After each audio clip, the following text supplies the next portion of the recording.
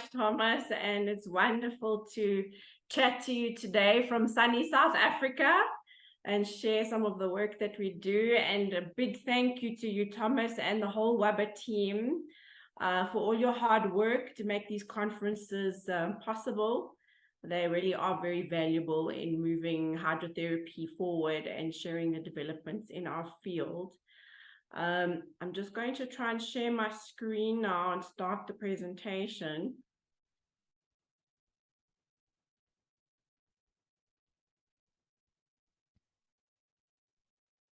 Can everybody see my screen? Great. Okay, so today we're going to be exploring Geron hydrotherapy and how it can be used to facilitate the treatment and recovery for adhesive capsulitis, which affects the glenohumeral joint and is typified by progressive inflammation of the glenohumeral joint capsule and resultant shoulder pain and stiffness. The condition commonly affects between 2 and 5% of the general population. As rehabilitation therapists, we all know that warm water has specific mechanical and thermal properties, and we can take advantage of them to strengthen, stretch, loosen, realign, relax, and release the body in ways that are difficult to achieve on land.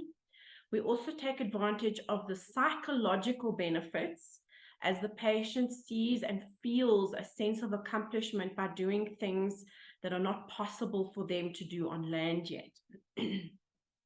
Over the years, I've worked closely with orthopedic surgeons in a clinical setting, and I developed a therapeutic approach, the Geron technique, which draws on various hydrotherapeutic techniques such as aquatic remedial exercise and aquatic body work, and follows a defined sequence and set of protocols. So here's a brief outline of what you're going to take away with you today: an understanding of Geron hydrotherapy principles and protocols, indications and contraindications, a structure of a Geron hydrotherapy session, a remedial aquatic exercise for the shoulder girdle using Geron hydrotherapy principles, some passive aquatic bodywork techniques using Geron hydrotherapy principles for the shoulder girdle, some considerations, and then a summary before we close and take questions. So in summary, the principles are really two: economy, creativity, and balance, which incorporates integration of opposites, and achieving balance for health. And all of that is to support self-healing.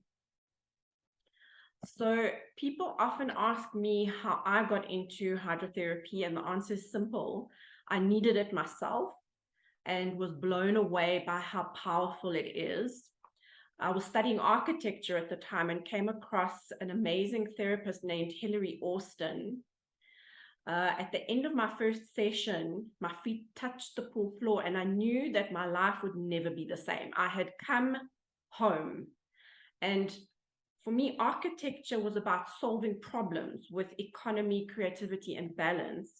But whereas architecture draws on the creative forces of nature, hydrotherapy's creative force is the powerhouse behind nature. It's the fountain, and economy and balance occur by default to solve the problem. So I gave up architecture, and I knew that this was what I wanted to do for the rest of my life, and I followed the path that seemed to unfold organically before me. So I trained under Harold Dahl in Watsu and in other hydrotherapy modalities, every one that I could find worldwide, while I also completed my professional qualification in Shiatsu. Then I came across Tom Myers. He talked about the tensegrity structure of the human body, and all my architectural instincts prickled. So off I went to study anatomy trains and my fascial release with him.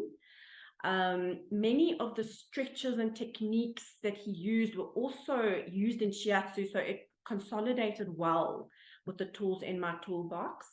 But the journey was far from over. In 2005, I met Professor Phyllis Berger. She's an established and published acupuncturist and physiotherapist in South Africa. She specializes in pain management, and her work explored the correlation between acupuncture meridians and the nervous system. She also had a beautiful indoor heated pool, and she convinced me to move back to South Africa and work in her practice to help her patients with pain management. And we saw immediate results. Then the renowned sports physician, Professor John Patricius, crossed my path and invited me to join the team at Morningside Sports Medicine Center for 11 years. After that, I had the opportunity to work with incredible professionals, therapists, and many, many patients. So this also allowed me to learn from others, try new things, and refine the technique. So to recap, I drew from the many different skills I learned together with the 18 years of work experience and distilled a technique that uses the gentleness and the power of water together with the principles of Eastern physical therapy and myofascial release. The objectives driving my work are simple: to restore a patient's quality of life in the shortest possible time, with as safely as possible, and with as little pain and effort as possible, and to sustain the well-being for as long as possible. So water is critical in achieving this, and it's far more complex than we think. Just because we are familiar with it doesn't mean we understand it. And because it works in one of the most gentle, supporting, nurturing, and profound ways to restore wholeness and balance. So on a physical level, it balances out rigid with flexible, weak muscle groups with contracted ones, agonist with antagonist, enough but not too much, intensive exercise with intensive rest. On a mental and emotional level, it balances out fear and willpower, grief and acceptance, anger and peace, stability and change. These opposites are all at play inside of us, but often we don't know how to integrate them. And especially in chronic pain conditions, the balance tips dangerously to one side, and patients get stuck, and it's in a very dark place. But stuck and water don't go well together, as we know. And the more time you spend in water, the more you become like water. So apparently a student asked Bruce Lee to teach him how to kill a man. He advised him first to go and learn how to heal a man, and then he'd teach him how to kill a man. And by the time the student had learned the Chinese healing arts, he had no desire to kill anymore. Balance had been restored.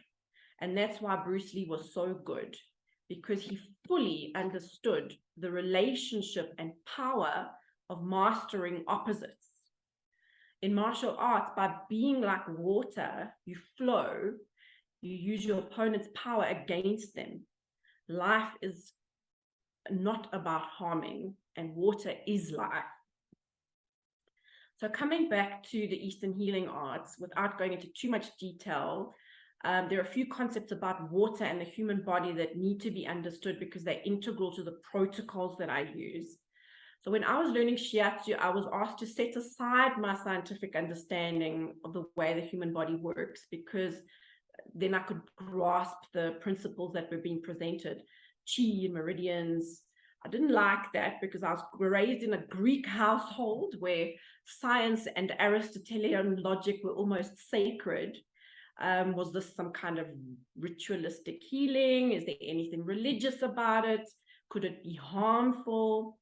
But I knew from my own experience that it's been used for millennia, and it worked. So there had to be something there. So I stuck with it. I persevered, and I got the answer to all those questions, and the answer was no. So here I am, your classical Greek person, reframing the principles so that you can gain some understanding into that world as well. If we zoom out a bit and take a brief look at ancient Chinese philosophy, we all exist as part of an energy-filled universe. This concept of energy is no different from our modern understanding of energy, which can neither be created nor destroyed, but transferred or changed from one form to another. For thousands of years, Eastern medicine has studied the dynamics of energy in nature in order to understand how we fit into the universe, how the life force works, and within us, how it works, but more importantly, how to intervene and rectify imbalances in the human body. So they observed that living things are different manifestations of that same life force. They called it chi. It's the subtle energy that surrounds, permeates, and animates all of life. It then manifests into the visible matter, operating at all macro and microscopic levels of the physical body. Our body is the densest level of living energetic matter, vibrating at a frequency that is both tangible and visible. So the whole system operates in a delicate balance. We may use the word homeostasis. In Chinese, they use yin and yang. And according to this ancient principle, it's the life force that has two opposite but complementary qualities. Both are present in different proportions in all living things, and both are needed for well-being. There's a cyclical dynamic between the one and the other. The one contains the seed of the other, and they transform into one another, much like the seeds of summer buried underneath the winter snow. In the human body, whole systems of opposing but complementary qualities and processes are based on this principle. So when yin and yang are in harmony, energy flows in its natural cycle, the life force is nourished, and healing happens. Body, mind, and emotions intertransform. Their chi comes together and disperses. It changes nature between material and ethereal substance, always working as one integrated whole. If something affects the balance, the harmony is disrupted, and susceptibility to disease will occur. The entire natural world participates in this balance. The air we breathe, the water we drink, the food we eat, the emotions we feel, and the things that we do or don't do. In most cases, if we intervene early enough, we can use simple lifestyle adjustments, herbal remedies, exercise, or bodywork techniques to rectify the imbalance. Okay, in Eastern medicine, water is the beginning of the cosmological yin-yang cycle. It's the element of maximum yin. It sinks to the deepest place and stores power and potential for growth. It contains properties that are both yin and yang. It can be still, rapid, nurturing, healing, or turbulent and destructive.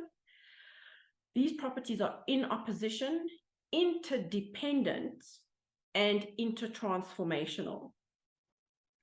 One of the primary characteristics of water is change. Water yields to the form that enters it, and at the same time encompasses that form and becomes that form. In turn, it encourages that form to become like water, to flow, to change and move. Change and movement are the driving force of the universe, and the smallest shift on any level can cause an avalanche of change. This applies to the macrocosm and to the microcosm, to the group and to the individual, to the body and to every cell. Blockage at any point in a natural cycle can damage the entire system it operates in. When a person is immersed in warm water, the water becomes the catalyst for change. It provides an environment in which blockage and obstruction of a natural process is prompted to shift and the natural flow be restored. We use multidimensional stretching, acupressure, massage, and soft tissue manipulation to accomplish a healthy cycle of energy flow for the body's processes. This is why, over and above the healing properties of water that allow the body and mind a time out to repair and process, the bodywork techniques in water give an extra nudge to the process that would actually naturally happen. It might just take a little bit longer. A change and healing is therefore more likely and can happen faster. One last thing I want to highlight is that chi flows most superficially at the extremities and deepest in the visceral organs. This means that as therapists, we can access it best at the extremities. Reflexology techniques are based on this principle. Chi flows in a specific pattern through the yin-yang meridians of the body throughout the day and is dominant in each meridian of each element at different hours of the day. If I've lost you, don't worry. The only thing that's important to take away from all of this is that the primary principle behind Eastern medicine is to stimulate the body's own healing potential. The water element is the root, the powerhouse behind the stimulus, and facilitates the balance and well-being of the body.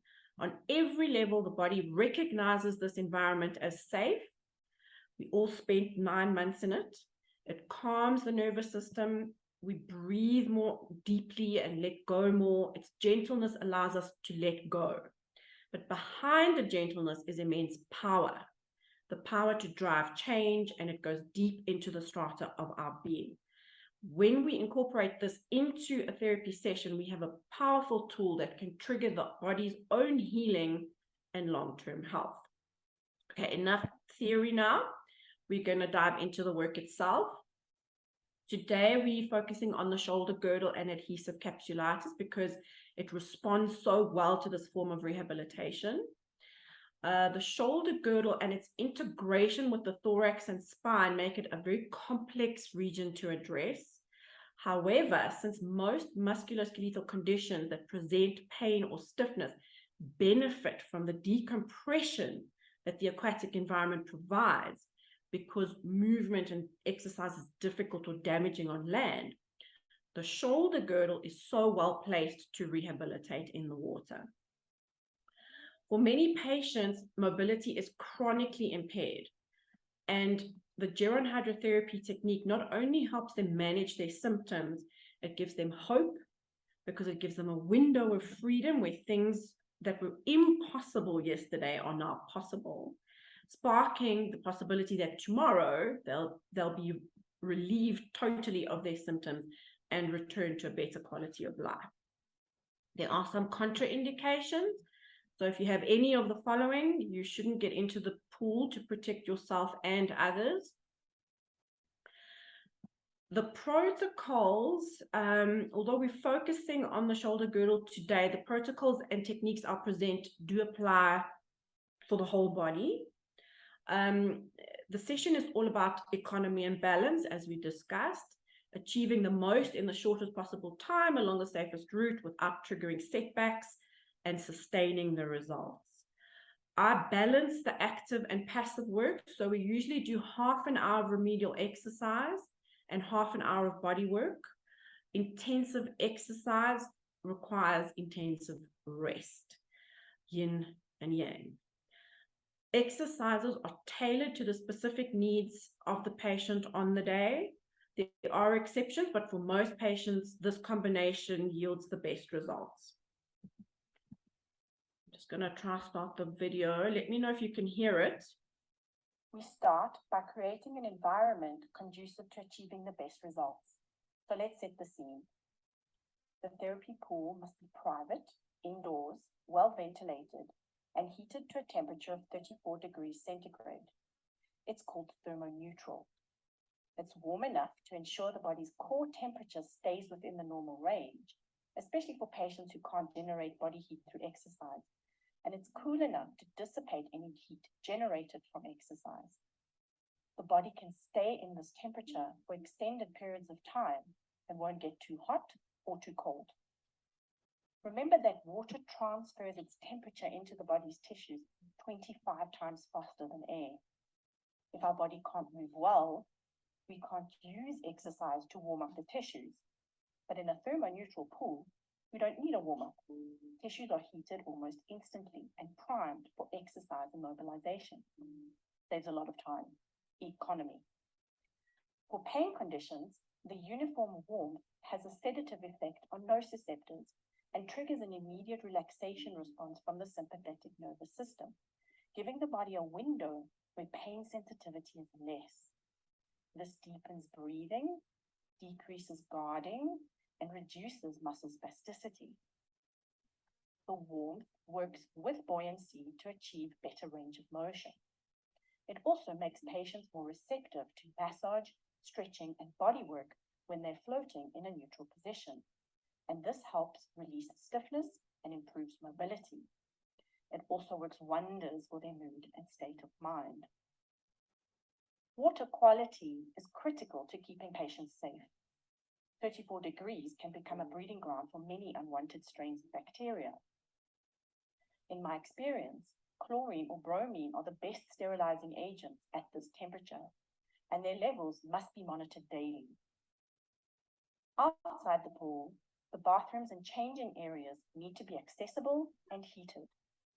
We've also put in a heated towel rail because even in summer, coming out of the water, it gets chilly and we begin to lose some of the benefits of the session. The therapy session must be private and one-to-one, and the therapist must always be in the water with you. So even if you can't swim, you feel safe and you're able to work correctly. The affected area must be completely immersed. This is important for a couple of reasons. First, to offload the joints and provide respite from gravity. Buoyancy is a powerful factor in alleviating the weight and impact that we feel when exercising on land. This gives us a window of freedom to correct movement and retrain muscle groups. Without gravity, we can work safely and at the right intensity. Secondly, heat transfer to all surrounding tissues. In a recent study published last year, Maria Graça at the University of Porto in Portugal studied the impact of different factors of aquatic therapy as an intervention for painful shoulder disability. She found significant differences in kinematic parameters associated with different buoyancy conditions, and that deep water promoted better alignment and bilateral symmetry on movement. We must take advantage of the freedom, warmth, and weightlessness that the water provides so that we can achieve results. Once the area is completely immersed, we aim for perfect alignment, as perfect as possible, because sometimes restrictions don't allow for this at the outset. But because guarding is less and the tissues are more relaxed in the uniform warmth, the therapist can usually achieve this by manually stabilizing the affected area. In most chronic pain conditions, muscle patterning has changed so that correct alignment may feel completely wrong. Correct alignment is critical in activating the right muscles, stretching in the right way, and retraining these patterns so that they are corrected on land. So it's very important to brace the alignment during movement and guide the movement until it can be performed correctly. Bilateral movement is also very important to achieving the balance that we want between left and right sides. They work holistically to restore strength and natural alignment. Exercises that involve alternating arm movements also help achieve symmetry of affected and unaffected sides. The water not only eliminates many of the restrictions that the patient experiences during land-based exercise, the therapist can also work with greater ease and efficiency. Correcting the form and guiding the movement is much easier because of the freedom and access we have to the affected area. It's quite effortless. No matter how tall or short the patient is, I can bring them to the level that I want them so that I can work in front of my chest, my power center. I'm using my own chi and physical strength in a safe and efficient way, economy and balance. And then the movement becomes the medicine because it's correct. Here we use turbulence, the drag force that presents when you move through water. This is a useful tool because water currents test the mobility and stability of the patient. No joint can move in isolation. This reveals important information to the therapist. As soon as the patient begins to move, the body starts to tell its story. It quickly reveals the root of the problem. Then we find the I can zone. This is the zone that's pain-free. You see, the water allows for movements that are usually larger and less painful than in air. So the neural pathways are laid for I can. And this is so important, both physically and psychologically. Once we find the I can zone, we work hard, and we do this by manipulating speed. The water's viscosity and hydrostatic pressure together achieve three-dimensional stability and resistance on movement. It pushes back at you just as hard as you push forward. This means movements are slower and more fluid, and you are challenged in more numerous and functional planes. Slow movements are wonderful for stabilizing joints and gently retraining muscle patterns. This creates a workout for the injured tissue that is both safe and that the patient is in complete control of, simply by controlling the speed.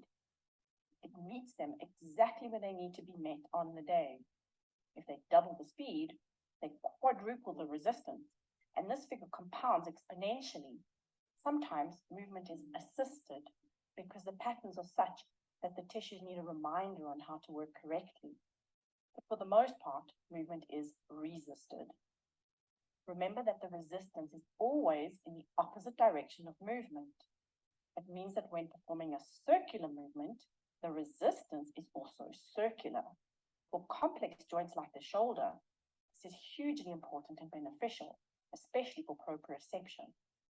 We respect the limits of strength and range, but challenge just enough so that post-treatment inflammation is kept low, and the next time we work, we are stronger and we can achieve more. On this point, we need to be careful of the sedative effect of warm water on the nociceptors, especially with arthritic patients. They've been limited on land and get very happy in the water. So they go overboard and they can't move the next day. So we rein them in and ensure that they're working safely. On the other side of the spectrum, for athletes, the fact that water meets you where you need to be met in terms of strength, range, and endurance means that you can really fine-tune the relevant exercises, which will enable them to return to full performance without sustaining further injury. This is powerful. If we need more space to work underwater, we create it. And if necessary, we can use equipment such as fins to increase resistance so that the patient is challenged on the day. I love the way we can work with agonist and antagonist in the same exercise. The water resists both one way and the other. So beneficial and effective to balance strength and regain normal patterning. This is difficult to do on land, and it saves so much time. Something unique to this form of hydrotherapy is dynamic palpation. I have beautiful access to release muscles while they're at work. Because of the perfect alternating balance between working and resting tissue, it responds so quickly to palpation and becomes more elastic as the exercise progresses. Economy and balance.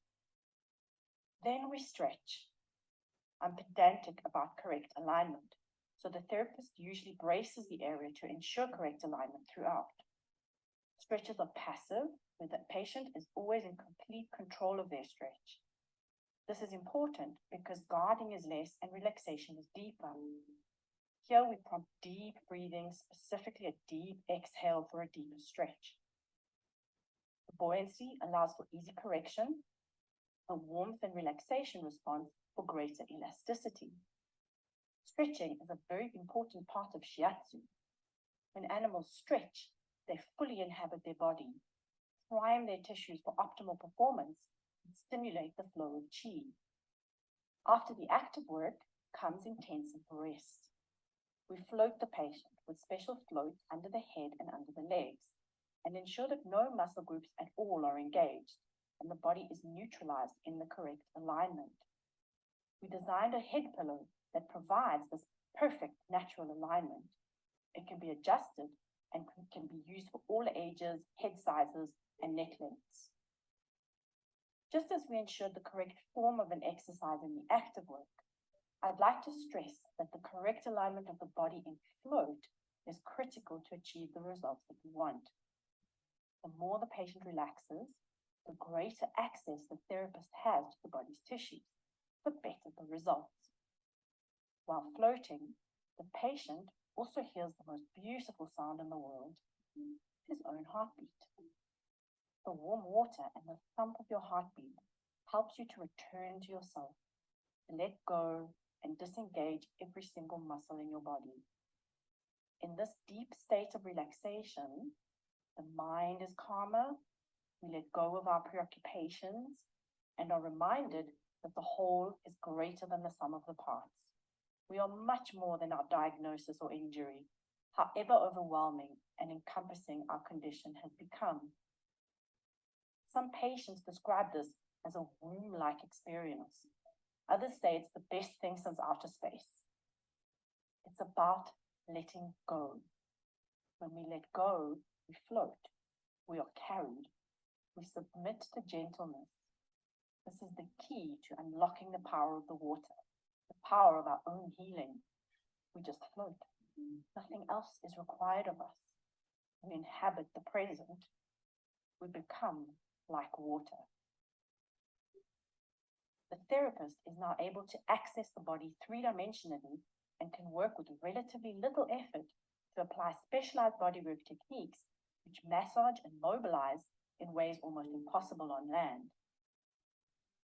Sejak is a Korean hand and foot reflexology technique that is based on the principle that the whole body and its chi is mapped out and most accessible in the extremities. We use this technique to prime the affected area before actually working on it, because it is far more receptive to bodywork for having been primed. The hand is also the most public part of a person's anatomy. Patients are quite comfortable with having a hand or a foot touched first. Once primed, they relax into the floating and massage, and we can move on to other bodywork techniques. Here, I'm able to access the whole body, but specifically the affected area, three-dimensionally with relatively little effort, and apply massage, mobilization, gentle traction, and stretching. The whole purpose is to release tight tissue and restore the balance that we're looking for in the shortest possible time. I can work from any angle that I need to without straining my own body. Again, notice how I'm working within the scope of my power center, just like in martial arts or Tai Chi. In Shiatsu, we use what is called a mother hand. This is the calming, still, supportive hand that counterbalances the hand that is working and provides a platform for the other hand to work effectively. There is also very little joint strain on the therapist. Water is about transparency, and so much is revealed about the body when it's floating suspended in water. I love the transparency. I can then get to work to address the issue, observing the limits of range and pain and pressure, so that we achieve the relaxation and release that will bring about the balance that we're looking for. Once we have applied the various bodywork techniques, we stretch. In Shiatsu, stretching releases blockages in our meridians, much like stretching a long balloon filled with water, so that the flow of chi is stimulated. Breathing deeply in and out during stretches is very important. On a deep out breath, muscle holding and contraction is much less, and the stretch is more effective. The affected area is worked and stretched last. This is because throughout the session, we build up to this and culminate, very gently testing range and elasticity. Because floating in warm water affects our consciousness and sense of boundary, our body feels more and more boundless. As a result, we can achieve deeper stretches. In cases where the patient has been referred and can't swim or has a water phobia, we ensure that they receive the support that they need to feel safe. This usually means that they hold onto a bar during exercise and body work, but this doesn't necessarily affect the quality of the session. Going with the flow is part of this type of work.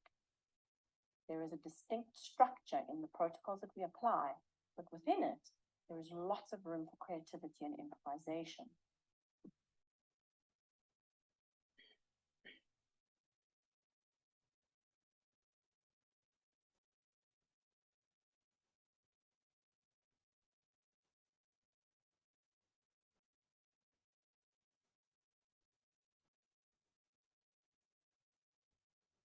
Okay, so as you can see, the technique has evolved to effectively address physical conditions where there are symptoms of pain and stiffness, and the results are visible and measurable and lasting. On so many other levels, I'm filled with awe and appreciation of the element that most people take for granted every day. It brings us back to ourselves, our true essence, our true inner power. It's like going back to the beginning, our real home. It's so powerful and so gentle. And boy, can those effects be beautiful and lasting. Just some references. And then a note on the research project that's happening this year. A physiotherapy master's student at Wits University, Stacey Lewis, she'll be conducting research in the Geron technique, and she'll be comparing the effects of Geron hydrotherapy with intra-articular cortisone injections combined with home exercise program. And it's on the outcomes of pain, function, and range of motion in adult patients that are diagnosed with idiopathic adhesive capsulitis. And the outcomes of this research will be concluded sometime next year. So watch this space, we'll let you know. And then if you do need more information, you can find it on the Facebook page. You can email me. You can look at the website, hydrotherapy.coza. Yeah, feel free to reach out and connect even on LinkedIn. Yeah, so I hope you enjoyed this glimpse of my world and that you stay curious about the most beautiful and fascinating life form on earth, the human being. And we can take questions now. I don't know if anyone has any questions. I'll just stop the screen sharing. Maybe take a minute if you want to take down any details, and then I'll stop the screen sharing.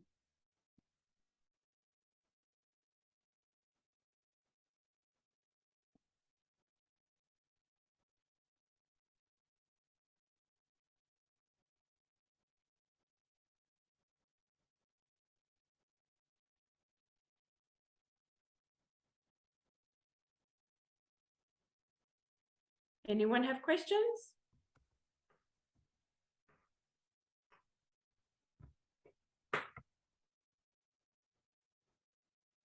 Great.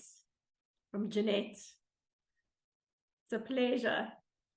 Hope we can share it more widely soon.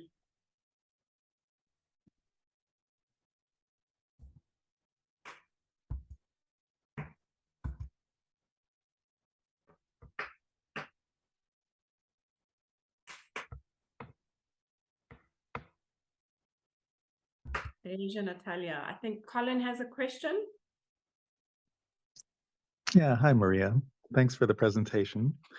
I'm curious, when one doesn't have access to a facility that can provide warm water, have you explored or have you heard of other possibilities to do work in, room temperature water or cold water? Good question, Colin. I haven't. I don't work in water that's under 32 degrees. And the simple reason is that within 10 minutes of being, actually, probably even 32 is okay, but room temperature water, which would be about 25, would, within a few minutes, probably maximum 10 minutes of being in that water, your body takes on that temperature and begins to shiver.